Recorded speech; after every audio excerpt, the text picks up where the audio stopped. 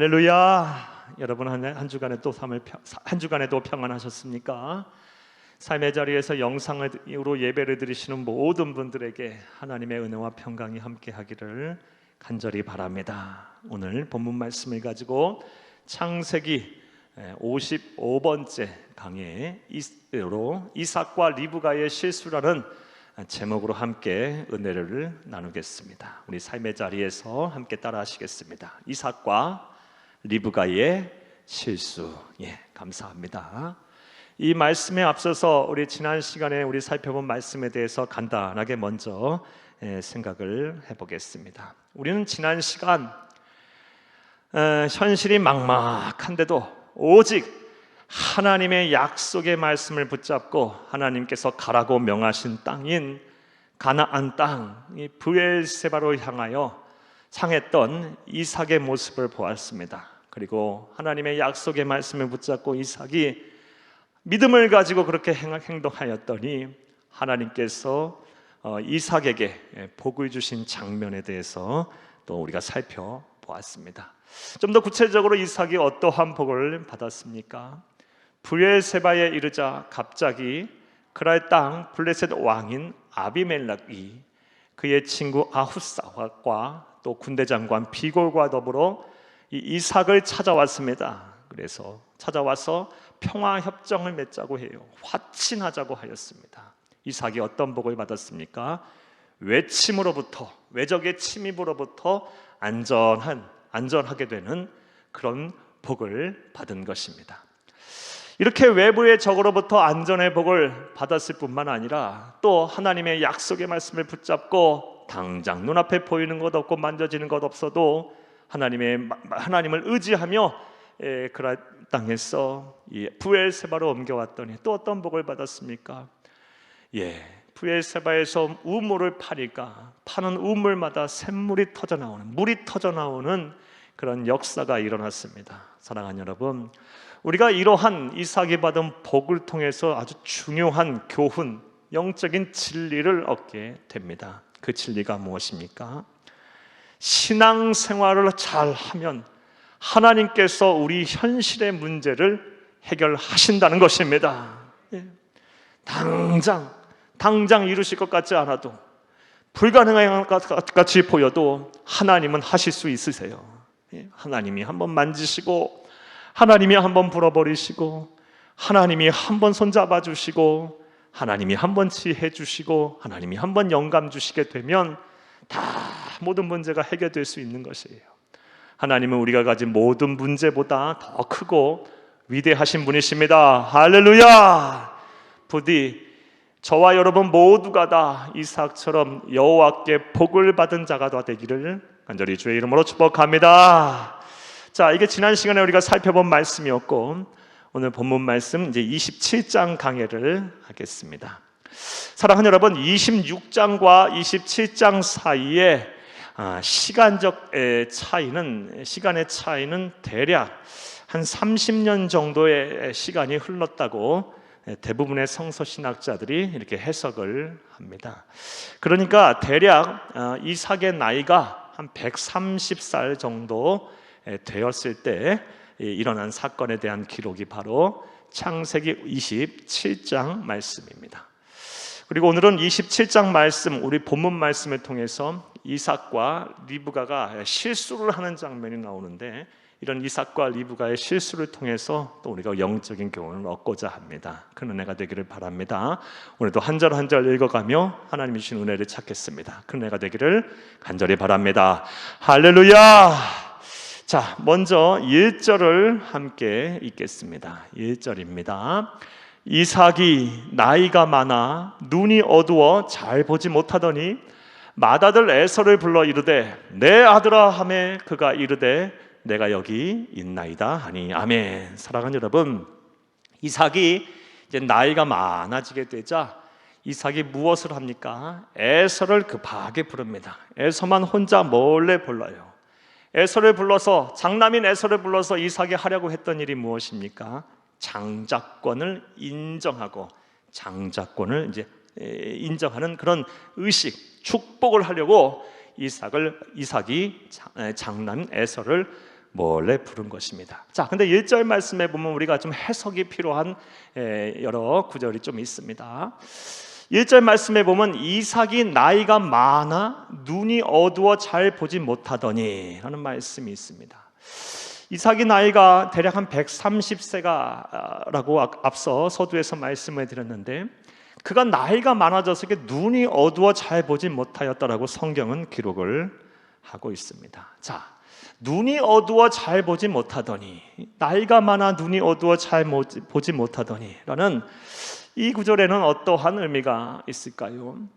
성경에서 이렇게 눈이 어두워 잘 보지 못하더니 라는 표현이 여러 군데 등장을 하는데, 등장할 때마다 대체로 두 가지의 의미를 가지고 있습니다. 먼저는 문자 그대로 나이가 많아서 눈이 잘 안 보이는 것입니다.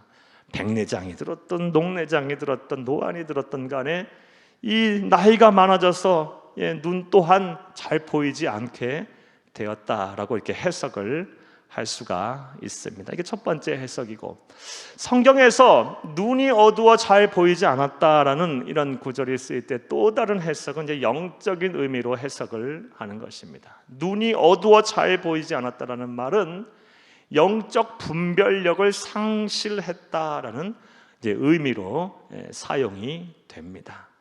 이렇게 사용된 예를 한번 살펴보면 사무엘상 4장 15절에서 18절 말씀에 우리가 살펴볼 수 있습니다. 같은 예가 나옵니다. 우리 사무엘상 4장 15절에서 18절 말씀 우리 함께 보겠습니다. 그때에 엘리의 나이가 98세라 그의 눈이 어두워서 보지 못하더라. 사랑하는 여러분, 엘리 제사장의 나이가 98세가 돼서 눈이 어두워서 보지 못하더라라고 성경은 기록을 하고 있습니다. 계속 읽겠습니다. 그 사람이 엘리에게 말하되 나는 진중에서 나온지라 자라 내가 오늘 진중에서 도망하여 왔나이다. 엘리가 이르되 내 아들아 일이 어떻게 되었느냐. 17절 소식을 전하는 자가 대답하여 이르되 이스라엘이 블레셋 사람들 앞에서 도망하였고 백성 중에서 큰 살육이 있었고 당신의 두 아들 홈니와 비느하스도 죽임을 당하였고 하나님의 궤는 빼앗겼나이다. 18절 하나님의 궤를 말할 때에 엘리가 자기 의자에서 뒤로 넘어져 문 곁에서 목이 부러져 죽었으니 나이가 많고 비대한 까닭이라 그가 이스라엘 사사가 된 지 40년이었더라. 아멘. 사랑하는 여러분, 이 눈이 어두워 잘 보이지 않았다라는 이 두 번째 성경에서 쓰인 영적인 의미, 영적 분별력을 상실했다라는 의미, 바로 이 엘리 제사장에게 적용할 수가 있을 것입니다. 사랑하는 여러분, 그가 젊었을 때, 이 사사가 되었을 때 그 또한 아주 총명하고 아주 영적으로 아주 누가 보기에도 아주 현명한 지혜로운 깨어있는 사람이었을 것입니다. 하나님과의 교제도 아주 막힘이 없었을 것이고 그 무엇과도 비교할 수 없는 비할 수 없는 지혜로운 사람이었을 것입니다. 하지만 나이가 들자 어떻게 변했어요? 영적인 분별력을 상실했어요. 눈이 어두워서 보지를 못했어요. 그래서 사무엘상 우리가 읽은 4장 15절에서 18절 이전 말씀에 보면 영적 분별력을 상실해서 그의 두 아들인 홈니와 비느하스가 하나님께 드리는 제사를 멸시하고 또 성전에서 일하는 봉사하는 여인들을 겁탈해서도 영적 분별력이 상실해서 그 아들들을 치리하지 않았어요. 그리고 또 우리가 잘 알다시피 이 사무엘의 이 어머니인 한나가 자녀를 출산을 위해서 기도할 때 이 엘리 제사장은 영적으로 눈이 어두워 분별력을 상실해서 한나가 하나님 앞에 통곡하며 기도하는 것을 보고 술 취했다라고 여길 정도로 그런 영적 분별력을 상실했던 상태였을 것입니다. 사랑하는 여러분, 이처럼 이삭의 예를 통해서도 볼 수 있고 또 우리가 엘리 제사장의 예를 통해서도 볼 수 있다시피 이 안타깝게도 연세가 이렇게 드시게 되면 나이가 들어감에 따라 인생의 황혼기에 이르게 되면 이 젊어서 아주 영적으로 아주 지혜롭고 현명하고 총기가 아주 있던 분들 가운데서도 이 영적 분별력을 이렇게 상실해 가시는 분들이 안타깝게도 많이 있습니다. 사랑하는 여러분, 여러분들은 어떠십니까? 우리는 절대 그래서는 안 되겠어요. 우리의 육신은 후패해져 가도 우리 안에 있는 속사람은 날로 날로 새로워져야 할 줄로 믿습니다. 믿습니다. 이게 하나님의 뜻이에요. 고린도후서 4장 16절 말씀을 함께 읽겠습니다. 그러므로 우리가 낙심하지 아니하노니 우리의 겉사람은 낡아지나 우리의 속사람은 날로 새로워지도다. 아멘. 우리 교회에도 많은 어르신들이 계세요. 젊어서 성령 충만하셨으면 연세가 드셔도 성령 충만해지셔야 합니다. 계속해서 하나님의 나라 가는 그날까지 이 영적 분별력이 흔들리시면 안 돼요. 우리 금방 읽은 대로 고린도후서 4장 16절 말씀대로 우리의 육신은 날로 날로 쇠약해져 갈지라도 우리 안에 있는 겉사람, 우리 속에 있는 겉사람은, 속사람은, 우리 있는 영혼은 날마다 날마다 새로워지는 은혜가 있기를 간절히 주의 이름으로 축복합니다. 성경에 보면 이것이 된 사람이 있어요. 이것이 잘 연세가 들어도 나이가 들어가도 인생의 환웅기에 들어서도 이것을 잘 유지한 사람이 있어요. 그 사람이 누구냐? 바로 이삭의 아들인 야곱입니다. 야곱은 나이가 들어서도 아버지 이삭과는 달리 아버지 이삭은 눈이 어두워 영적 분별력을 상실했는데 이 야곱은 그렇지 않았어요. 끝까지 영적 분별력을 유지하고 있는 것을 보게 됩니다. 우리 창세기 48장 우리 17절에서 19절 말씀을 함께 읽겠습니다. 창세기 48장 17절에서 19절입니다. 요셉이 그 아버지가 오른손을 에브라임의 머리에 얹은 것을 보고 기뻐하지 아니하여 아버지의 손에 들어 에브라임의 머리에서 므낫세의 머리로 옮기고자 하여 그의 아버지에게 이르되 아버지여 그리 마옵소서 이는 장자이니 오른손을 그의 머리에 얹으소서 하였으나 19절 그의 아버지가 허락하지 아니하며 이르되 나도 안다 내 아들아 나도 안다 그도 한 족속이 되며 그도 크게 되려니와 그의 아우가 그보다 더 큰 자가 되고 그의 자손이 여러 민족을 이루리라 하고 아멘. 자, 이 말씀이 어떤 내용이냐? 사랑하는 여러분, 이 창세기 48장 말씀에 보면 이제 이 야곱이 하나님께서 주신 그 수완이 다 차서 이제 하나님의 나라에 갈 때가 다 이르렀습니다. 이 야곱이 병에 들어서 이제 하나님의 나라가 갈 때가 됐다는 그 소식을 이제 아들 요셉이 듣자 요셉이 그의 두 아들 장남인 므낫세와 차남인 이 에브라임을 데리고 야곱에게 와서 축복을 기도를 받으려고 합니다. 그리고 축복 기도를 받으려고 하는 때에 야곱의 오른쪽 편에 오른손이 있는 그 위치에 있는 때에 자리에 장남 므낫세를 놓고 그리고 왼손에 있는 데에는 자리에는 차남인 에브라임을 놓고 야곱에게 하나님을 향하여 축복을 빌어달라고 요셉이 간청을 했어요. 그때 이 야곱이 어떻게 기도를 했냐? 이게 똑같이 기도한 것이 아니라 이렇게 손을 엇갈려서 오른손을 이 장남의 므낫세의 손에 얹고 기도한 것이 아니라 왼쪽에 있는 차남인 에브라임을 머리에 얹고 기도를 하고 이 왼손을 이 므낫세의 장남 므낫세의 머리에 얹고 기도를 하는 거예요. 그 모습을 보니까 보고 이 아주 총명한 요셉이 마음에 들질 않았어요. 아버지 어떻게 그리하십니까? 장남은 오른쪽에 있는데 왜 장자에게 축복하지 아니하시고 오른손을 들어 축복하지 아니시고 왼손을 들어서 이렇게 손을 엇갈려서 축복하십니까? 아버지 실수한 것 아니십니까? 라고 하자 야곱이 말을 합니다. 나도 안다 아들아 나도 안다 아들아. 그러나 하나님께서 말씀하시기를 어떻게? 이 므낫세보다 이 차남인 에브라임이 더 큰 복을 받아서 큰 자가 작은 자를 섬길 것이다 하면서 이렇게 축복 기도를 한 것이라고 말을 합니다. 야곱은 끝까지 영적 분별력이 있었어요. 끝까지 하나님의 나라가는 그날까지 우리 야곱처럼 우리 모든 성도님들이 다 이런 영적 분별력을 가지고 아주 총명하고 아주 깨끗한 심령 영혼을 가지고 하나님의 나라 가는 그날까지 이 땅에 사시다가 우리 예수 그리스도의 품에 영광스러운 예수 그리스도의 품에 안기시는 여러분들이 다 되기를 간절히 주의 이름으로 축복합니다. 축복합니다. 이게 우리의 기도가 되어야 할 거예요. 특별히 우리 어르신들 잘 이 기도를 날마다 하세요.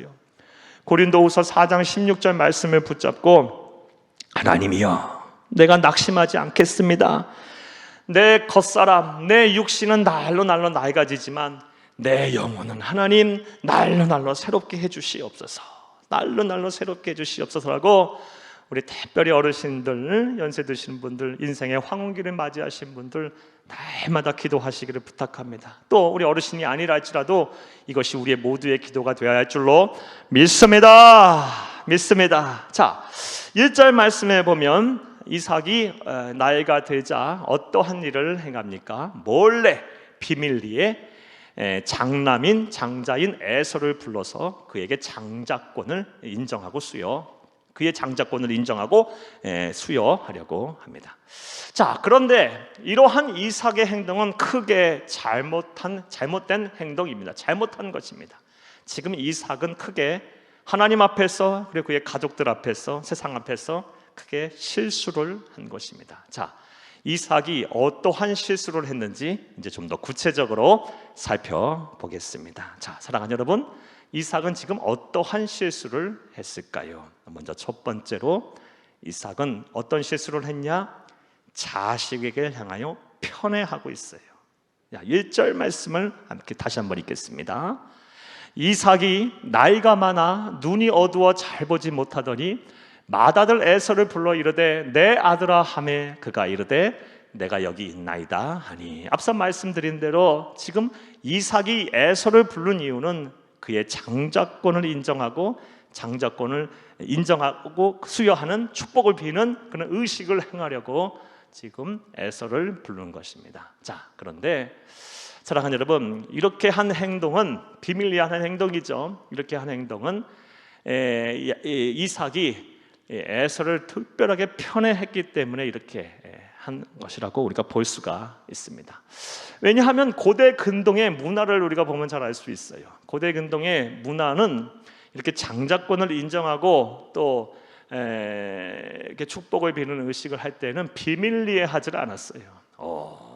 사람들이 알게 크게 잔치를 베풀고 연회를 베풀고 그들이 믿는 신 앞에서 축하하며 모든 사람들이 함께 기뻐하며 그런 하면서 그런 의식을 치렀어요. 특별히 이삭은 어떤 존재입니까? 그리고 이삭에게 통해서 받게 될 이 장자권은 어떠한 의미가 있어요? 이삭은 한 족속의 대족장이에요.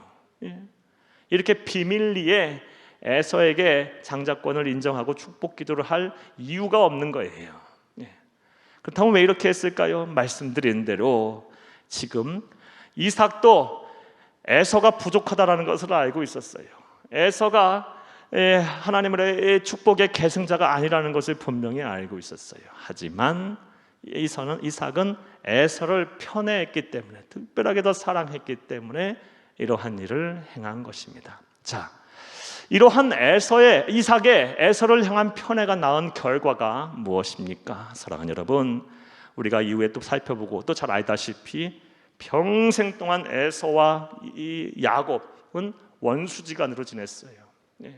형제간에 죽이지 못해서, 특별히 에서가 이 야곱에게 속았다라는 것을 느끼고 알고 나서부터는 이 동생 에서를 죽이지 못해서 그냥 어떻게 하면 이 복수를 하고 보복을 할까, 그것이 삶의 목표가 됐고 이유가 되었고, 또 그런 에서의 위협 앞에 야곱은 평생을 도망자의 신분으로 살 수밖에 없었습니다. 사랑하는 여러분, 부모 입장에서 생각해 보면 형제들이 이렇게 원수지간으로 지내는 것이 얼마나 부모의 입장에서 보면 큰 불행이고 큰 고통입니까?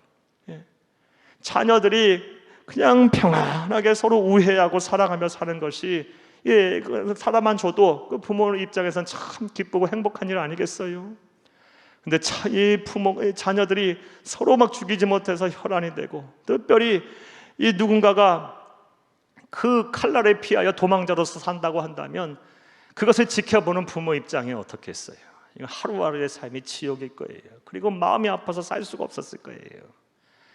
이삭이 에서를 편애한 결과는 이런 가족의 비극을 낳게 됐어요. 지금 이삭은 큰 실수를 한 것입니다. 자, 오늘 본문 말씀을 통해서 이삭이 에서를 불러서 은밀히 불러서 그에게 장자권을 인정하는 의식을 행하는 이 모습 안에서 우리가 발견할 수 있는 이삭의 실수, 두 번째는 어떤 실수를 그가 했을까요?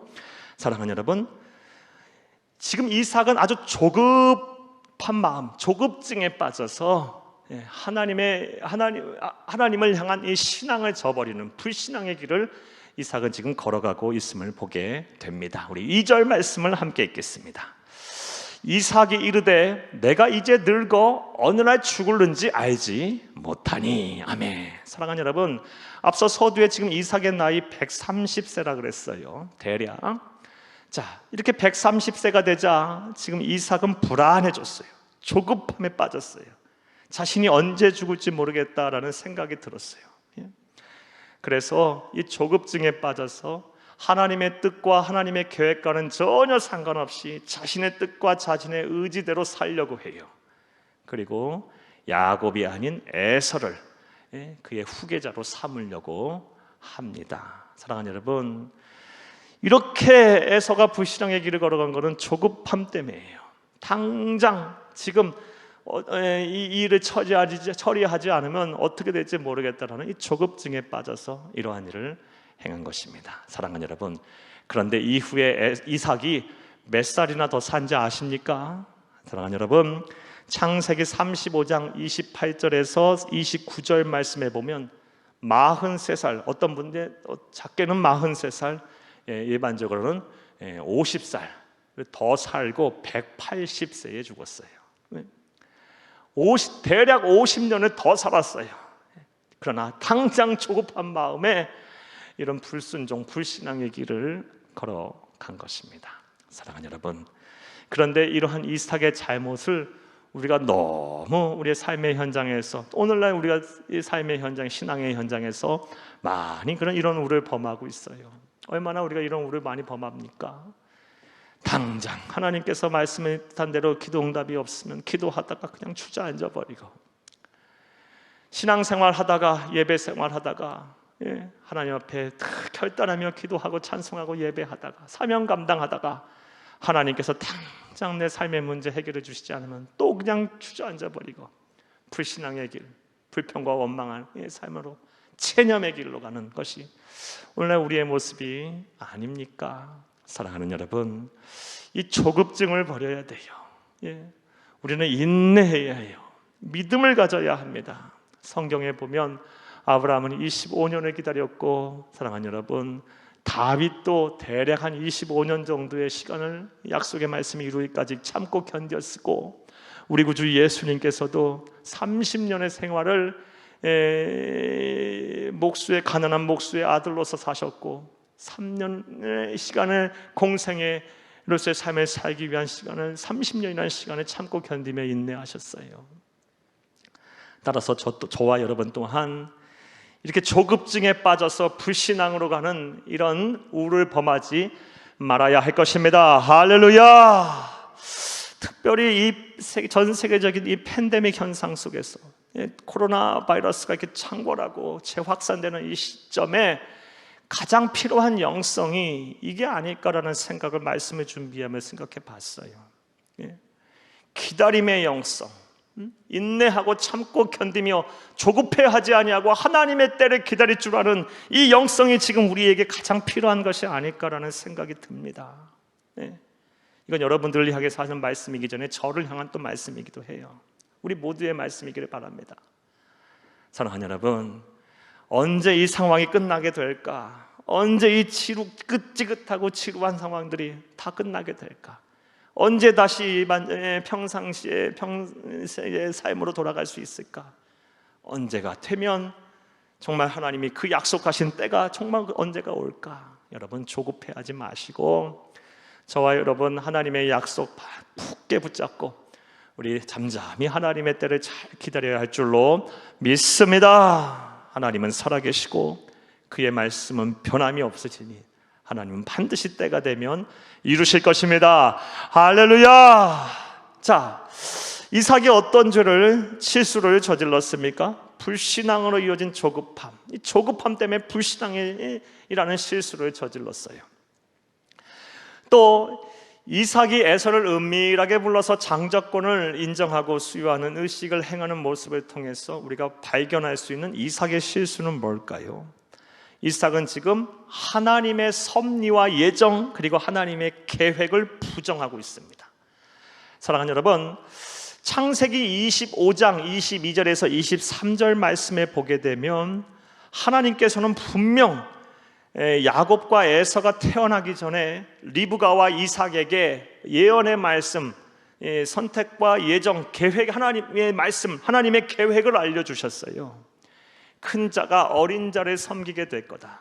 내가 선택한 자는 내가 약속의 계승자로, 믿음의 조상으로 구속사의 여명을 이어갈, 축복을 이어갈 이 자녀는 에서가 아니라 야곱이다 라고 분명하게 말씀하셨고, 이삭과 야곱은 분명하게 인지를 하고 있었어요. 자, 그런데 에서는 나이가 들자 영적인 분별력을 상실하고 편애에 빠지고 조급증에 빠지게 되자 이러한 하나님의 뜻과 섭리와 계획을 부정하고 자신의 뜻과 섭리를 뜻대로 이행을 하려고 합니다. 이건 불순종이에요. 알고도 저지르는 거예요. 의도적으로. 모르고서 지은 죄도 큰데 알고도 지은 죄가 얼마나 커요. 사랑하는 여러분, 저와 여러분 또한 이런 실수를 해서는 안 될 것입니다. 사랑하는 여러분, 얼마나 우리에게 하나님은 많은 말씀들을 주셨습니까? 얼마나 많은 음성들을 들려주셨습니까? 그리고 우리는 시간을 내어 우리가 하나님의 말씀인 성경을 펴기만 하고 그것을 읽기만 해도 우리는 수도 없는 하나님의 말씀들, 나를 향해 주시는, 또 내가 해야 할 일, 또 하지 말아야 될 수많은 말씀들을 보고 듣고 읽을 수가 있어요. 사랑하는 여러분, 우리가 또 나에게 주신 이런 하나님의 말씀들 우리가 하나도 놓치지 말고 우리가 다 지키며 내 뜻이 아닌 하나님의 뜻과 하나님의 계획을 인정하는 이런 삶을 살아야 할 것입니다. 할렐루야. 자, 또 이삭은 어떠한 실수를 하고 있을까요? 무엇보다 이삭이 아주 큰 실수를 하고 있는데 우리 3절과 4절 말씀을 함께 읽겠습니다. 3절과 4절입니다. 그런즉 네 기구 곧 화살통과 활을 가지고 들어가서 나를 위하여 사냥하여 내가 즐기는 별미를 만들어 내게로 가져와서 먹게 하여 내가 죽기 전에 내 마음껏 내게 축복하게 하라. 아멘. 사랑하는 여러분, 3절과 4절 말씀에 보면 이삭이 지금 어떠한 실수, 아주 큰 실수, 잘못을 저지르고 있는데 무엇을 하고 있습니까? 지금 3절과 4절 말씀에 보면 나라는, 즉 이삭을 지칭하는 주어가 무려 5번이나 나와요. 5번이나 계속 반복하며, 특별히 3절 말씀에 보면 나를 위하여 사냥하여, 이런 말씀을 하면서 뭘 이야기하고 있어요? 스스로가 복의 근원임을, 스스로가 축복의 주체가 되려고 합니다. 사랑하는 여러분, 그런데 정상적인 영적인 분별력이 있는 사람이라면, 만약에 그런 이삭이 그러했다면 나를 위하여 사냥하여 내가 죽기 전에 내 마음껏 내게 축복하게 하라, 이렇게 하지 않았을 것이고 하나님 앞에 제단을 쌓고 하나님 앞에 축복을 빌라라고 말을 했을 거예요. 스스로 축복의 주체가 되려고 했어요. 이것은 하나님이 흉내내기예요. 아주 하나님 보시기에 큰 죄가 되는 영적인 교만함이에요. 사랑하는 여러분, 지금 이삭은 여기까지 지금 간 거예요. 아주 지금 심히 걱정이 될 정도로 영적 분별력을 상실했습니다. 이러한 우를 저와 여러분은 범하지 말아야 할 것입니다. 할렐루야. 사랑하는 여러분, 모든 복의 근원은 하나님 한 분밖에 없는 것을 믿으시기를 간절히 주의 이름으로 축복합니다. 이게 분명해야 우리의 신앙이 분명한 거예요. 우리가 누구에게 기도해요? 하나님에게 기도하는 거예요.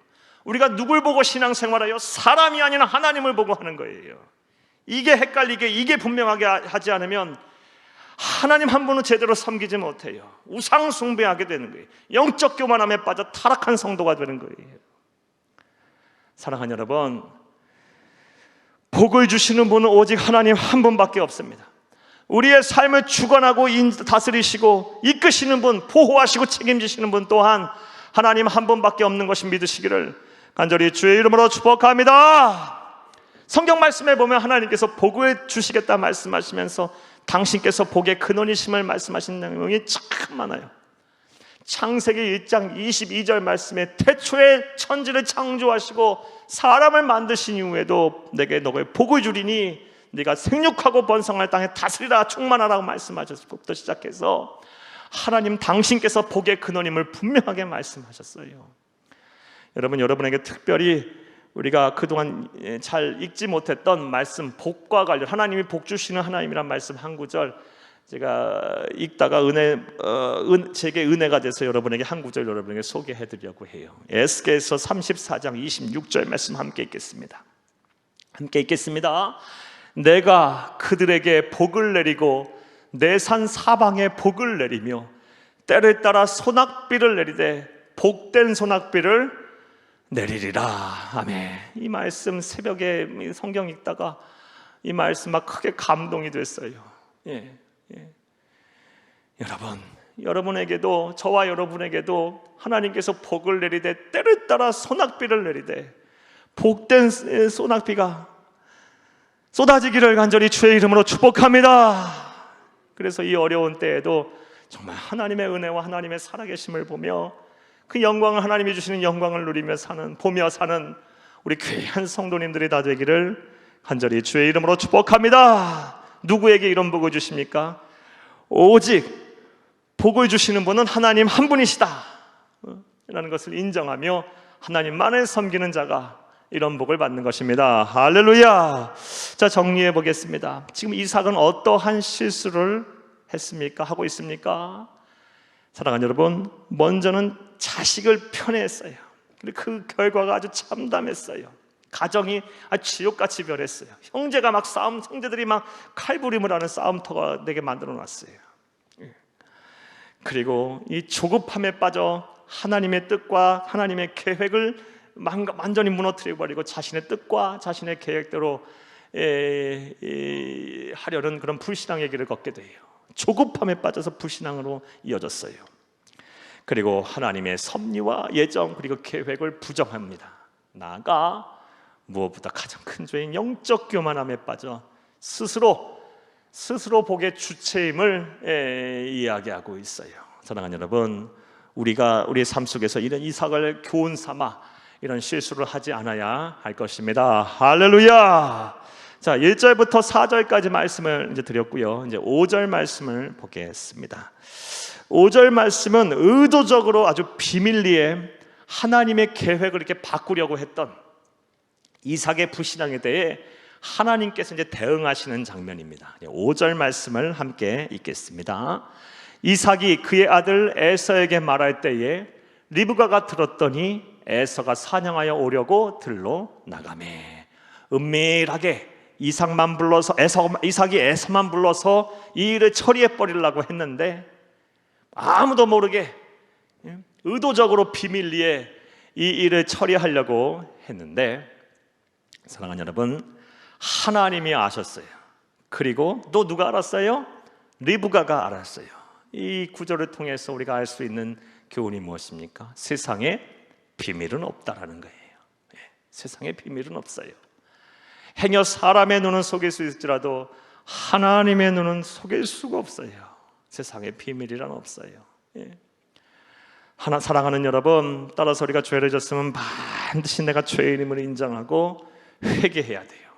그리고 행한 대로 보응하리라는 말씀에 따라 하나님을 두려워하며 우리가 정직하게 살아야 할 줄로 믿습니다. 하나님 앞에 비밀이 없다와 관련된 구절 한 구절 여러분에게 소개하겠습니다. 에레미야서 23장 24절 말씀입니다. 여호와의 말씀이니라. 사람이 내게 보이지 아니하려고 누가 자신을 은밀한 곳에 숨길 수 있겠느냐. 여호와가 말하노라. 나는 천지에 충만하지 아니하냐. 아멘. 사랑하는 여러분, 누가 자신을 은밀한 곳에 숨길 수가 있겠느냐. 나는 천지에 충만하다. 사랑하는 여러분, 하나님의 눈은 속일 수가 없어요. 그리고 그 하나님은 우리의 마음과 생각, 우리의 중심까지도 보고 계시는 분이에요. 따라서 저와 여러분, 하나님의 말씀대로 정직하게 우리의 나약함을 하나님 앞에 인정하며 또 참회하고 회개하며 우리가 이렇게 살아야 할 줄로 믿습니다. 자, 5절 말씀에 보면 은밀하게 하나님의 뜻과는 상관없이 이 자신의 뜻을 관철시키려 했던 이삭에 대해서 이삭의 그런 계획을 리브가가 알아차렸고 또 그 이면에는 배후에는 하나님이 계셨던 것입니다. 자, 그래서 이제 6절부터 17절까지의 말씀은 리브가가 야곱과 더불어서 이런 이삭의 계획을 무산시키는 장면입니다. 그런데 이삭과 마찬가지로 이 6절에서 17절 말씀에 보면 리브가 또한 실수를 해요. 자, 우리는 6절부터 17절까지의 말씀에서 리브가가 또 어떤 실수를 하고 있는지 살펴보며 영적 교훈을 얻겠습니다. 큰 은혜가 되시기를 간절히 바랍니다. 먼저 리브가는 또 어떤 실수를 하고 있을까요? 첫 번째 실수는 그 또한 이삭처럼 자식을 편애한다는 것이에요. 자, 우리 6절부터 10절까지 말씀을 읽겠습니다.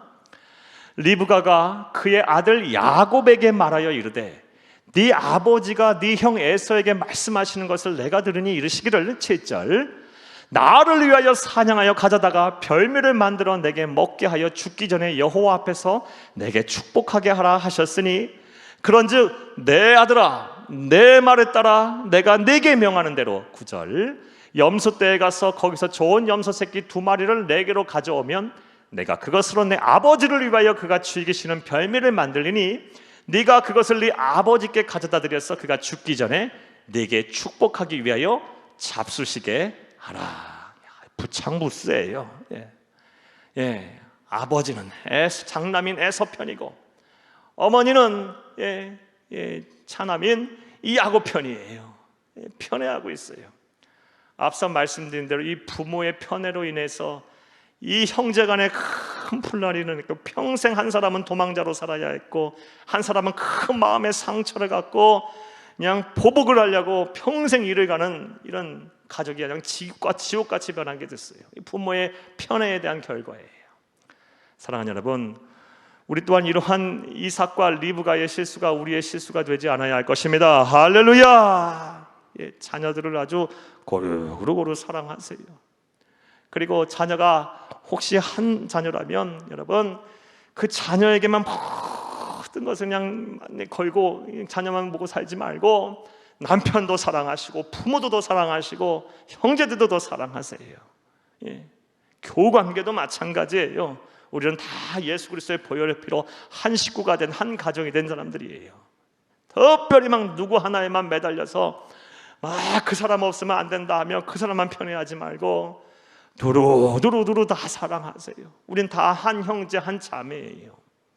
가끔 보게 되면 구역 식구 가운데 그냥 누구는 꼭 있어야 되고 누구는 없어야 된다고 하면서 구역장들 또 구역원들 사이에 막 어려움을 호소하고 그것을 인해 막 서로 분란이 되고 또 서로의 마음을 다치게 하고 계신 이렇다는 이 성도님들의 이야기를 종종 들어요.